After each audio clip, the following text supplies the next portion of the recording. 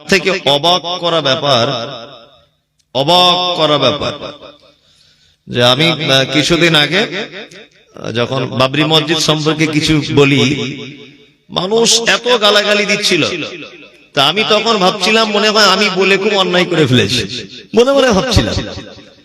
তারপরে আবার এটা ভাবলাম যে আমার তো জ্ঞান কম, ওই জন্য মানুষ হয়তো ঠিকঠাক করে ব্যাপারটা বুঝে উঠতে পারেনি, ওই জন্য গালাগালি করছে।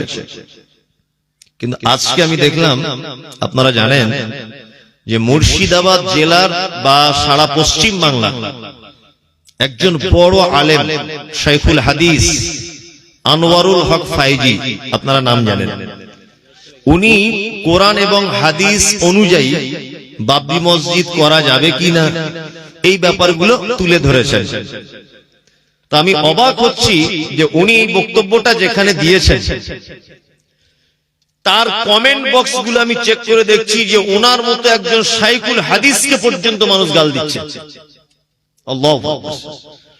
মানে পশ্চিম বাংলার আমার মনে হয় কোন আলেম নেই, আছে কিনা জানি না, মানে আমার জানা মতে নেই যে হাদিস কোরআন নিয়ে ওনার সামনে বসবে, এত বড় একজন আলেম, অথচ ওনাকে মানুষ গালাগালি করছে বাবরি মসজিদকে নিয়ে কথা বলার কারণে। আমি তখনই বুঝতে পেরেছি যে জাতি অধঃপতনের তলদেশে তলিয়ে গেছে। একজন অশিক্ষিত নির্বোধ রাজনৈতিক নেতার পক্ষ নিয়ে একজন আলেমের মা বোন তুলে গাল দিচ্ছে, তার মানুষ কতটা নিম্ন পর্যায়ে বুঝতে পারছেন? আল্লাহু আকবার। আমি প্রথম যখন বলেছিলাম বাবরি মসজিদ নিয়ে তখন বড় অসহায় মনে হচ্ছিল যে আমি মনে হয় একলা বলেছি।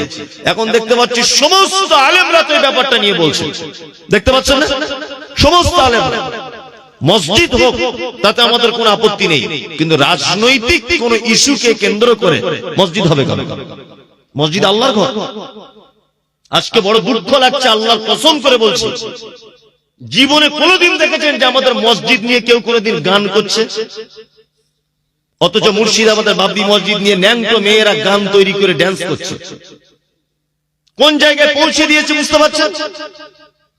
টিকটকের অসভ্য মেয়েরা বাবরি মসজিদকে নিয়ে গান তৈরি করে সেই গানে ড্যান্স করছে। আমার মনে হয় এটা যদি কোন অমুসলিম ছেলে মেয়েরা যদি করত, এতক্ষণ মুসলমানরা রাস্তায় নেমে যেত, অপরাধ মনে করে রাস্তায় নামতো না যে আমাদের মসজিদ নিয়ে গান তৈরি কেন হলো। আজকে এমন একটা জায়গায় নিয়ে এসেছে সমাজটাকে যে মসজিদ পবিত্র জায়গা আমাদের অন্তরে থাকে, সেই জায়গাটা আজকে ফুটপাতের টিকটকের গান তৈরি করে ড্যান্স করছে। এ জাতি কখনো পরিত্রাণ পায়? যে জাতি মূর্খ নেতার পিছনে তার পক্ষ নিয়ে আনোয়ারুল হক ফাইজির মতো একজন শাইখুল হাদিসকে গালাগালি করছে, অবাক হয়ে যাচ্ছে, আমার গা হাত পা কাঁপছে কমেন্ট গুলো দেখছি যে আল্লাহু আকবার, মানুষ এত নিচে নেমেছে। আল্লাহ সকলকে সঠিক বোঝার তৌফিক দান করুন, আমিন আমিন আমিন। গজল বলার কথা বলছি, আমি বেশি গজল টজল জানি না, ওই সেই ছাত্র জীবনে দুটো একটা মুখস্থ করেছিলাম, ওইগুলোই একটা করে বলি মাঝে মধ্যে, ওইগুলো একটা বলছি আর কি।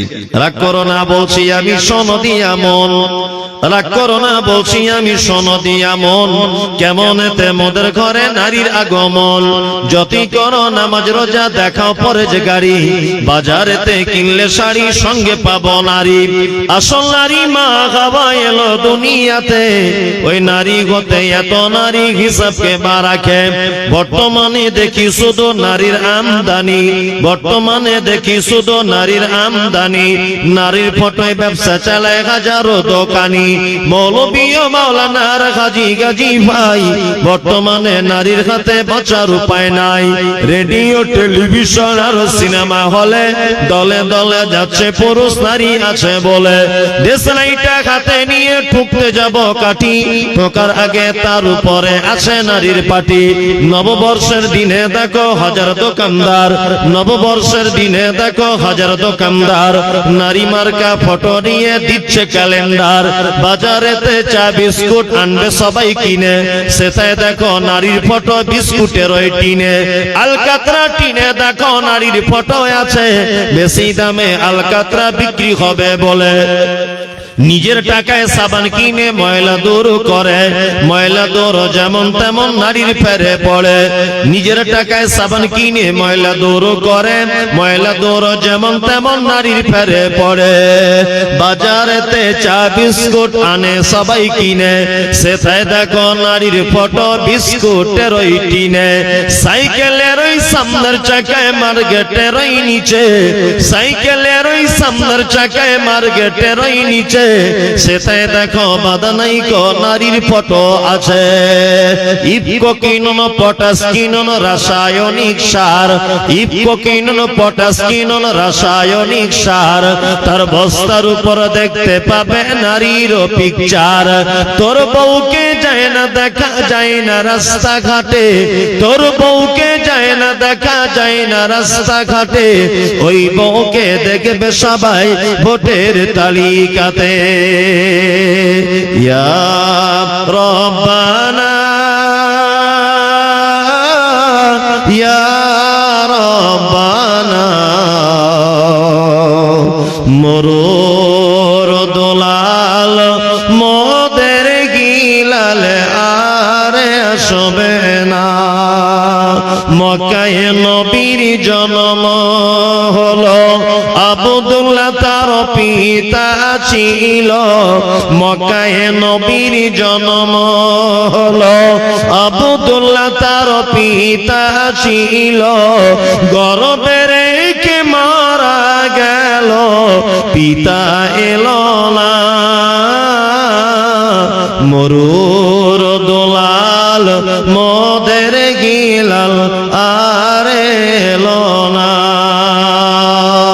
আল্লাহর নবী যখন কোন মজলিস শেষ করতেন এই দোয়া বলে শেষ করে দিতেন, সুবহানাকাল্লাহুম্মা ওয়া বিহামদিকা আশহাদু আল্লা ইলাহা ইল্লা আনতা আস্তাগফিরুকা ওয়া আতুবু ইলাইক। মাঝখানে একটা কথা বলে দিয়ে যাচ্ছি, দোয়া পড়ার পরে কোনো কথা বলা ঠিক নয়। ইউটিউবারদের এটা কাজ হবে আর আপনাদের শুনলে উপকার হবে। কথা হচ্ছে এই যে আপনারা জানেন আর কয়েকদিনের ভিতরে 25শে ডিসেম্বর আসছে। 25শে ডিসেম্বর বড়দিন, তাই না? এখন মুসলিমরা কিছু আবেগে ভাসছে, বড়দিনের খুব বড় কেক কিনে আনবে দোকান থেকে। শুনুন, ইসলামের সব থেকে বড় শত্রু ইহুদি আর খ্রিস্টানেরা, সব থেকে বড় শত্রু। আজকে মুসলিমরা আমরা এত বড় নির্লজ্জ হয়ে পড়েছি যে 25শে ডিসেম্বরের কেক কিনতে যাচ্ছি বড়দিনের কেক বলে, আর আমাদের বাচ্চাদেরকে খাওয়াচ্ছি। অথচ এটা একটা খ্রিস্টানদের তৈরি করা নীতি। আমরা মুসলিম, আল্লাহর নিকটে একটি মাত্র ধর্ম, সেটা কি? ইন্নাদ-দীনা ইনদাল্লাহিল ইসলাম। একটি শ্রেষ্ঠ জীবন ব্যবস্থা ইসলাম। আর ইসলামের সব থেকে বড় শত্রু কারা? ইহুদি আর খ্রিস্টানরা। আমরা মুসলমানরা বলছে বাড়িতে বাচ্চা কাচ্চা কাঁদছে, বড় একটা কেক নিয়ে চলে এলো। একদম নয়। 25শে ডিসেম্বর আপনার বাচ্চাকে বাড়ি থেকে বাড়ি করবেন না প্রয়োজন হলে, কেক তো দূরের কথা। আর কেক যদি কিনতে হয় আপনি 30শে ডিসেম্বরে কিনবেন, 31শে ডিসেম্বরে কিনবেন, জানুয়ারিতে গিয়ে কিনবেন। আপনাকে 25শে ডিসেম্বরে কেক কিনতে হবে কেন? একদম নয়। 25শে ডিসেম্বরকে কেন্দ্র করে কেক কেনা, কেক বাচ্চাকে খাওয়ানো একদম চলবে না। এই ব্যাপারটা আপনারা একদম হুঁশিয়ারিতার সঙ্গে থাকবেন ইনশাআল্লাহ। ইনশাআল্লাহ, ইনশাআল্লাহ। আসসালামু আলাইকুম ওয়া রাহমাতুল্লাহি ওয়া বারাকাতুহু।